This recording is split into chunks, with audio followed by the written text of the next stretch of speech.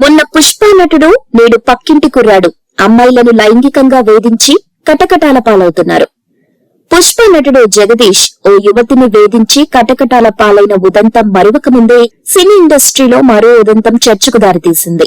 పక్కింటి కుర్రాడు అనే యూట్యూబ్ ఛానల్ ద్వారా నటుడిగా గుర్తింపు పొందిన కోలా చంద్రశేఖర్ అలియాస్ చందు ఓ యువతిని లైంగికంగా వాడుకుని వేధించడంతో నార్సింగ్ పోలీసులు చందుని అరెస్ట్ చేసి చెంచల్గూడ జైలుకు తరలించారు. తనను ప్రేమించి పెళ్లి చేసుకుంటానని నమ్మించి అలాగే తనపై పలుమార్లు అత్యాచారం చేసి వదిలేశాడని ఓ మహిళ ఇటీవల పోలీసులకు చందుపై ఫిర్యాదు చేసింది. దీంతో పోలీసులు విచారణలో 2021 నుండి చందు మరియు ఆ మహిళ సోషల్ మీడియా ద్వారా పరిచయమై ప్రేమించుకోవడం స్టార్ట్ చేశారని, ఈ తరుణంలో చందు ఆ మహిళకు బాగా దగ్గరై ఆమెను శారీరకంగా వాడుకొని తరువాత ఆమె వద్ద బంగారం కూడా తీసుకుని అవసరాలకు వాడేశాడని తేలింది.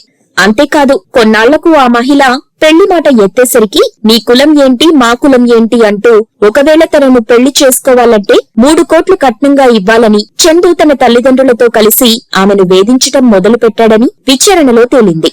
ఈ మేరకు నార్సింగ్ పోలీసులు వైద్య పరీక్షలు నిర్వహించి మహిళపై వేధింపులకు పాల్పడిన చందు మరియు అతని కుటుంబ సభ్యులని అరెస్ట్ చేసి చెంచల్గూడ జైలుకు తరలించారు. దీంతో నటుడిగా ఎంతో మంచి పేరు, టాలెంట్ ఉన్న ఈ పక్కింటి కుర్రాడు అలియాస్ చందు ఇప్పుడు ఈ యువతిని వేధించిన కారణంగా ఎస్సీ ఎస్టీ అట్రాసిటీ కేసులు మరియు లైంగిక వేధింపుల కేసుల్లో ఇరుక్కొని తన కెరియర్ ని చేతులారా పాడు చేసుకున్నవాడయ్యాడు.